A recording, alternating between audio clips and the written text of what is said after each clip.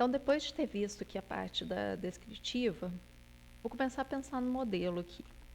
Primeiro, vou carregar aquele conjunto de dados menor, né, que eu criei lá na preparação dos dados. Aproveitar que eu já carreguei aqui para agilizar, porque demora um pouquinho, né? Está no meu GitHub, então vai ser feito por meio do link, não precisa carregar. E aí esse conjunto de dados aqui ele é menor, né? Que foram algumas variáveis que eu acabei selecionando, né, para fazer o modelo. Que aí eu tirei todas as linhas que tinham NA para facilitar, então fiquei com umas variáveis que estavam melhor para serem analisadas. A primeira coisa aqui que eu fiz foi pedir as correlações entre as variáveis que eram realmente numéricas. Eu vou ter que carregar de novo, que eu acabei substituindo aí. Mas então já está carregado, beleza. Isso aqui são as correlações entre as variáveis numéricas. Então, olha só, eu pedi para mostrar. Quanto mais vermelho, maior a correlação. Quanto mais azul, maior a correlação negativa. Quanto mais vermelho, maior a correlação positiva. Pessoas no domicílio e moradores, a correlação é 1. Isso quer dizer que elas são a mesma variável. Então, a gente só precisa ficar com uma. Aí, a gente tem aqui moradores com 15 anos ou mais, que tem uma correlação alta com moradores e pessoas no domicílio. Renda per capita e renda domiciliar também tem uma correlação alta de 0,86, mas isso era meio óbvio, né? Porque a renda per capita é obtida pela renda domiciliar dividido pelo número de moradores. Então, obviamente, que esses valores vão dar muito parecidos. E aí eu tenho outras correlações aqui que são mais baixas. Então, como essas aqui são bem correlacionadas, tanto pessoas no domicílio quanto moradores maiores de 15 anos, quanto moradores, são muito correlacionados entre si, eu resolvi deixar só moradores, a primeira. Então, eu tirei as outras que diziam respeito a moradores acima de 15 anos e o número de pessoas no domicílio. Então, acabaram ficando essas variáveis aqui. Aí eu pedi de novo as correlações, aí diminuíram, né, os valores. Só essa aqui que continuou alta, que era a renda per capita e renda por domicílio, que eu resolvi deixar. Aí depois, para começar a construir o modelo de regressão, eu usei esse link aqui, que dá vários, né, códigos para a gente usar, que aí é esse link aqui, que é muito legal, dessa pesquisadora, Susan Lee.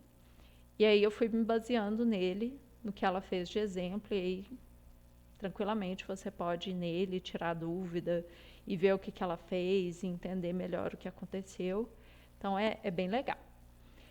Uma das coisas aqui que eu fiz primeiro foi tirar plano odontológico, porque ele coincidia muito o resultado com o plano de saúde, né? Geralmente, quem tinha um plano odontológico tinha plano de saúde, e o nosso foco acaba sendo plano de saúde mesmo. Então, acabei tirando.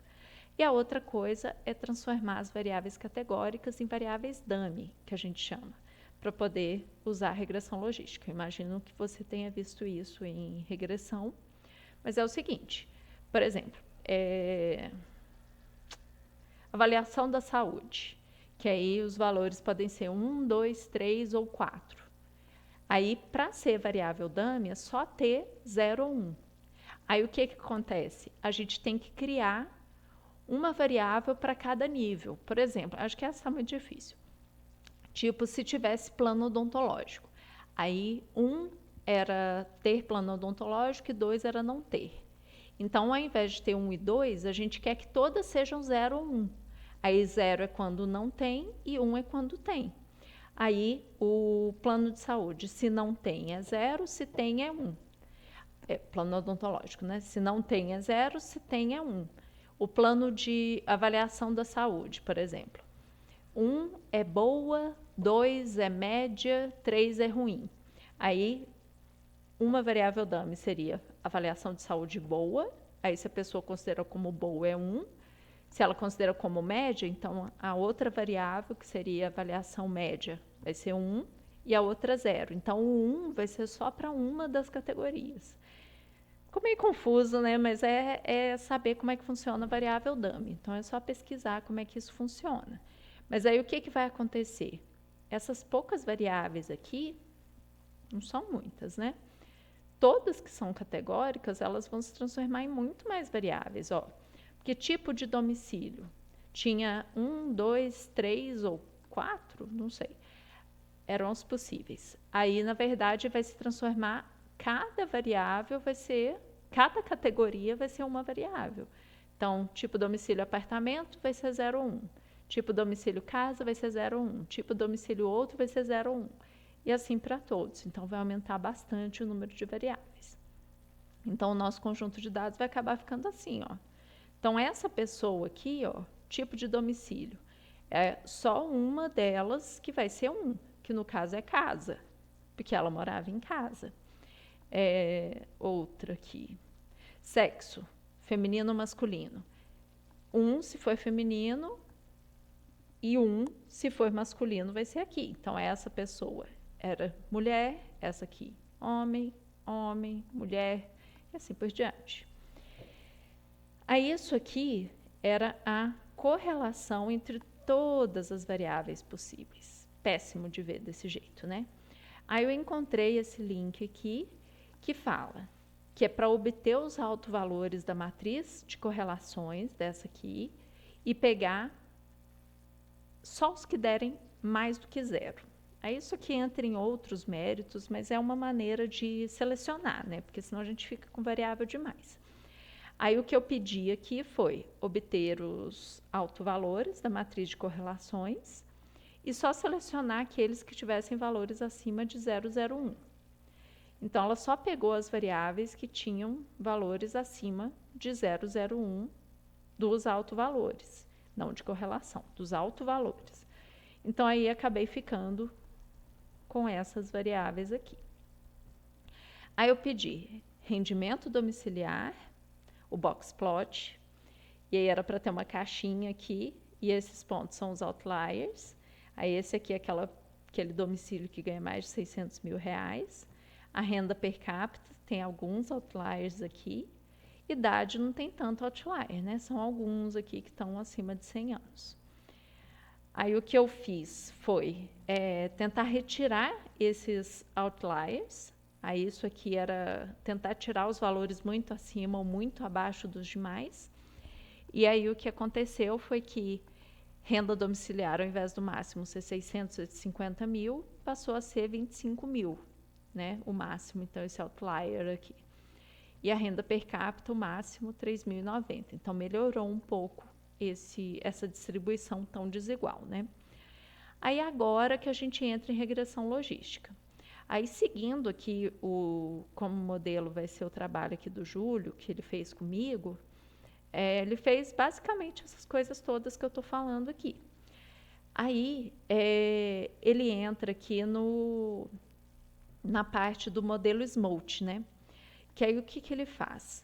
Ele balanceia o conjunto de dados. Porque o que acontece? A gente tem pessoas com plano de saúde são muito menos numerosas do que pessoas sem plano de saúde. Então, na hora da gente prever a probabilidade de uma pessoa ter plano de saúde, a gente vai ter um problema nessa predição, porque a gente tem muito mais dados de pessoas que não têm plano de saúde. Então, esse método SMOT aqui, a gente vai tentar replicar vários dados de pessoas com plano de saúde. Então, é como se a gente inventasse algumas observações parecidas com aquelas que têm plano de saúde. E aí, esses dois grupos vão ficar mais balanceados. Então, isso é muito interessante, né? Um jeito muito legal de lidar. Então, de novo aqui, ó. Peguei o conjunto de dados, que já está limpo, organizado e tal. Aqui eu só estou chamando plano de saúde como Y, né, para facilitar, porque a gente vai aplicar o modelo considerando a pessoa ter plano de saúde como a resposta de interesse. Aí aqui tem várias coisas que precisa fazer. Aí aqui, só para a gente ver, ó, chegou num conjunto de dados com 221 mil observações e 39 variáveis. Então, cerca de 220 mil observações. Aí, esse método SMOT, o que ele faz? Isso que eu falei, de tentar igualar as duas classes. Então, ao invés de ter 220 mil observações, depois de fazer essas simulações, né, que eles chamam de fazer uma super amostra, passou para 260 mil observações. Então, a gente cresceu esse conjunto de dados, porque tem vários dados simulados. E aí, para cada uma das classes, a gente vai ter 130 mil observações, que é metade disso aqui. Então, meio a meio. Aí a gente começa no processo de eliminar as variáveis recursivamente. Está tudo aqui nesse post, né? Explicando. Aí, com esse conjunto de dados aqui, super, como é que fala? Com uma quantidade maior de elementos, eu vejo aqui nessa primeira parte da regressão logística aqui, eu vou ficar com todas as variáveis que tiverem true, aí nesse caso que todas estão. Aí eu coloquei todas as variáveis aqui, implementei o modelo e verifiquei nesse modelo de regressão logística. Vou ficar com as que deram significativas. Então, nesse caso aqui, como deu tudo true, vou ficar com todas. Aí, para eu remover as não significativas, eu teria que tirar aquelas que tivessem dado acima do valor significativo. O que aconteceu aqui, deixa eu ver, eu acho que está aparecendo o valor errado. Deixa eu fazer isso de novo. Então, voltando aqui, eu vou pular umas partes, só para a gente ver acontecendo. Então, eu vou carregar o conjunto de dados, né? Eu não preciso obter isso de novo, porque isso tudo eu já fiz, já está tudo pronto aqui. Eu vou só começar aqui, ó, remover os outliers. Só ver se esse data final aqui está em algum lugar. Ah, sim. Transformar em variáveis dummy, certo? Certo. Aí isso aqui eu não vou fazer de novo, que demora um pouquinho. Aí aqui retirar os... ele está carregando o conjunto de dados errado. Então, eu vou carregar de novo aqui. Então, a correlação entre as variáveis, beleza. Fiquei com essas correlações. Todas as variáveis, ok. Aí aqui só o gráfico que eu vou pular. Aí eu vou pedir aqui para ele calcular.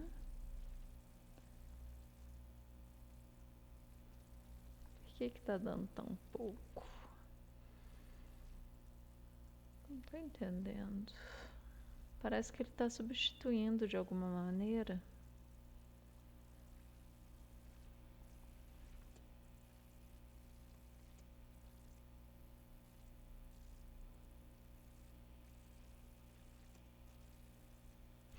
Ah, é porque eu substituí o R por essas aqui. Ah, eu preciso de uma R com todas. É verdade. Então, vou ter que carregar tudo, não vai ter jeito.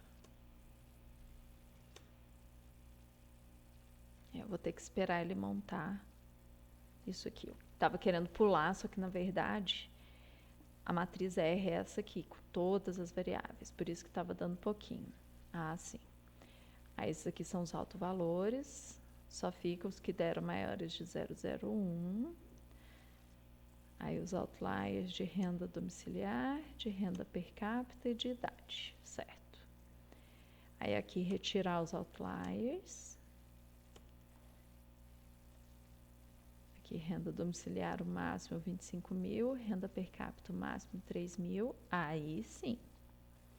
Começa a regressão logística, chamando a variável plano de saúde de Y, 220 mil observações, aí aplicando o método SMOTE, 130 mil de cada classe. Aí esse aqui, que é aplicando a regressão logística, a gente tem muitas variáveis, muitas observações. Aí eu tive que colocar número máximo aqui de iterações, como 10.000, para eu poder conseguir fazer a aplicação do modelo, para fazer a eliminação das variáveis, né? E ficar com aquelas que mais interessavam para a gente. Então, a gente aguarda que ele fazer, que demora um pouquinho. Por serem, no máximo, 10.000 iterações, então ele vai tentando. Aí deu tudo true, aí eu vou pegar todas as variáveis. Aí ele deu todas essas variáveis.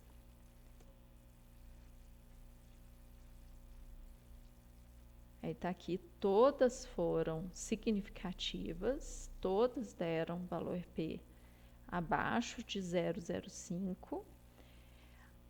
Aí eu vou fazer a regressão logística com os dados de treinamento e de teste, que aí divide a amostra em dados de treinamento e dados de teste. Então, os dados de treinamento são aqueles que o modelo vai pegar todos os valores das variáveis, sabendo se, dados esses valores das variáveis, a pessoa tem plano de saúde ou não tem plano de saúde. Então, isso aqui é usado para treinar o modelo.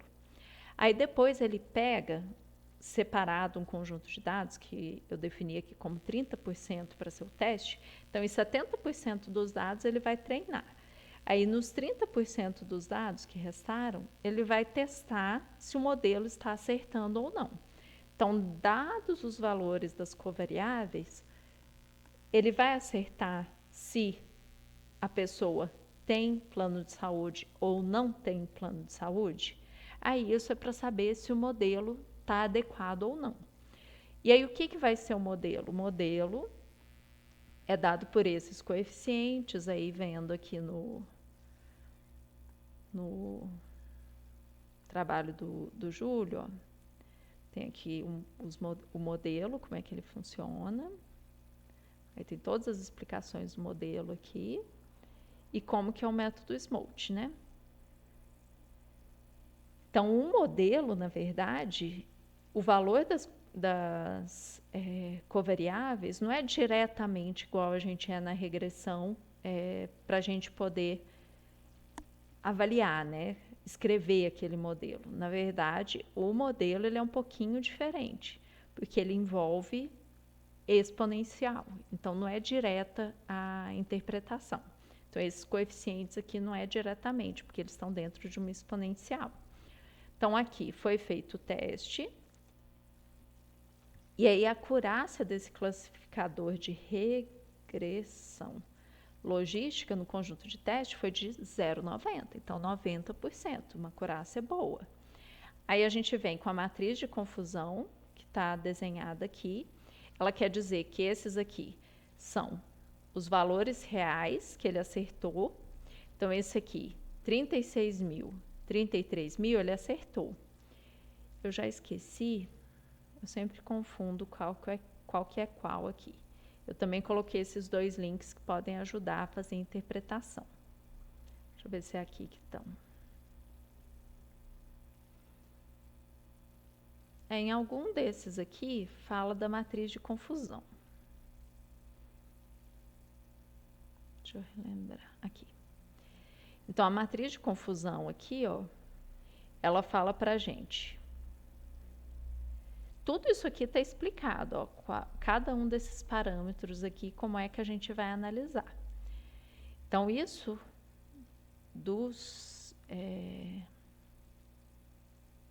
da matriz de confusão, que eu perdi de novo, que é o odds ratio.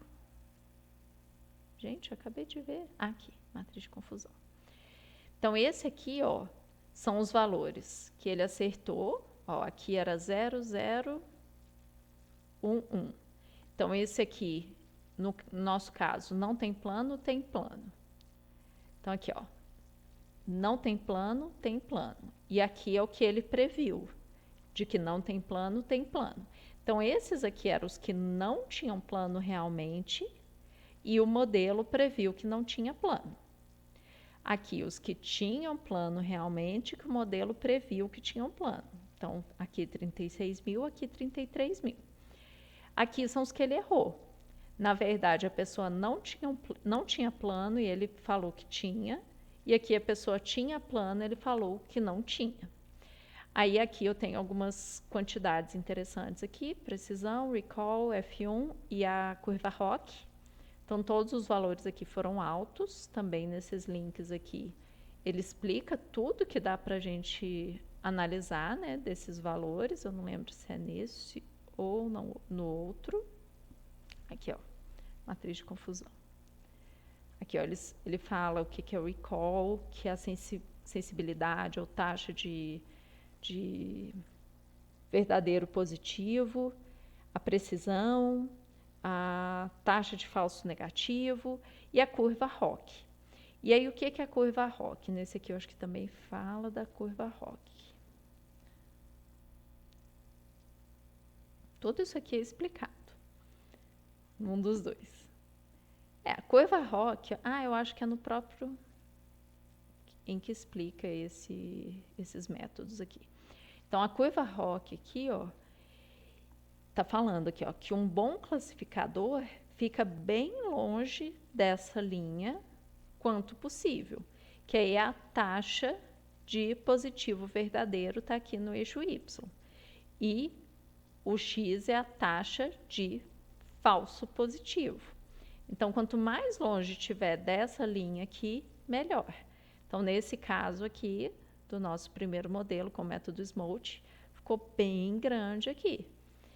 Então, a regressão logística aqui deu uma área de 0,90, que foi aquela acurácia lá, né? Aqui seria a interpretação do odds ratio, que aí eu coloquei esses dois links aqui. Vou pegar uma para exemplificar.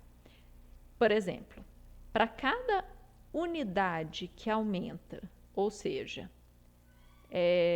sendo o domicílio apartamento, aumenta em uma unidade a chance da pessoa ter plano de saúde.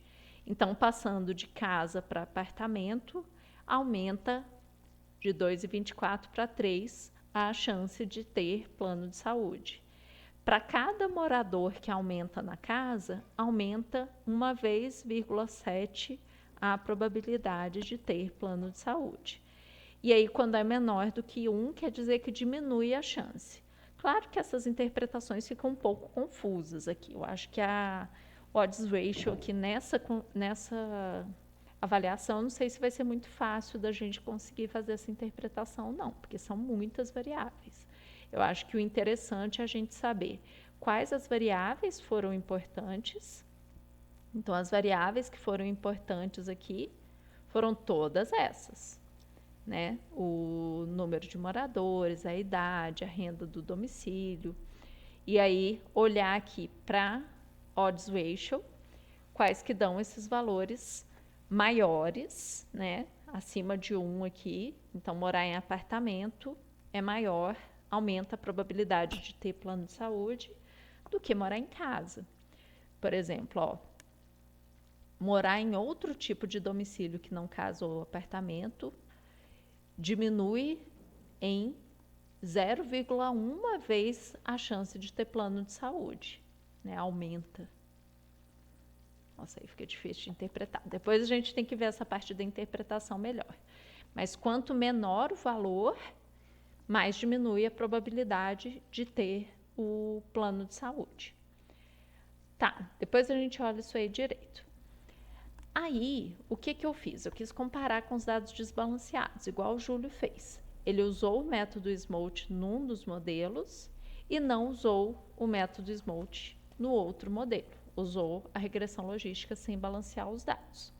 Então, tá aqui, né, tudo que foi feito. Aí, como não tem esse ajuste no número de amostras, então, realmente, as pessoas que têm plano é um número menor de observações.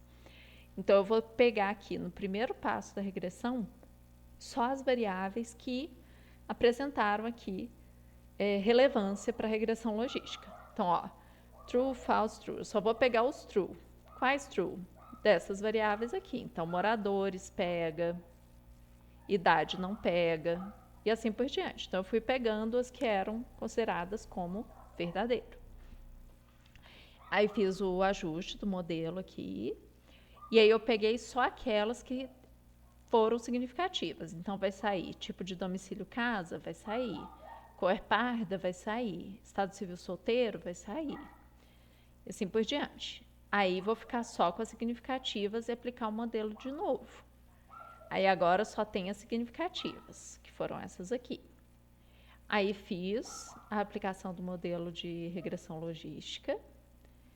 E aí, a acurácia foi 0,85, né? Do outro tinha dado 0,90. Aí, a precisão, o recall, F1 e a curva ROC, os valores foram inferiores.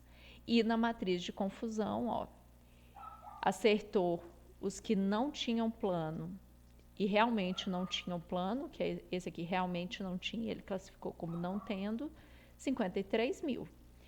Entre os que tinham plano e ele acertou, foram 2.600. Só que ele falou, dentre os que tinham plano, ele falou que não tinham 8 mil, então ele errou bastante aqui e errou bastante aqui, que eram pessoas que não tinham, ele falou que tinham, mas porque as classes estavam muito desbalanceadas, né? Aí tem aqui os outros valores, né? Todas as medidas que foram obtidas lá. Aí aqui a curva ROC não deu tão boa quanto tinha dado do modelo anterior. E aí aqui seriam as interpretações do odds ratio, né? Que aí quando aumenta a renda domiciliar, aumenta a chance de ter plano, né? Que é uma coisa óbvia. Ser de cor branca, ser casado e assim por diante. Tem menos variáveis, mas é um modelo que tem uma acurácia menor. Como eu falei, a gente vai ter que dar um cuidado maior, uma atenção maior para essas interpretações aqui. Mas aí está feita, assim, a análise, na verdade, está pronta. Aí agora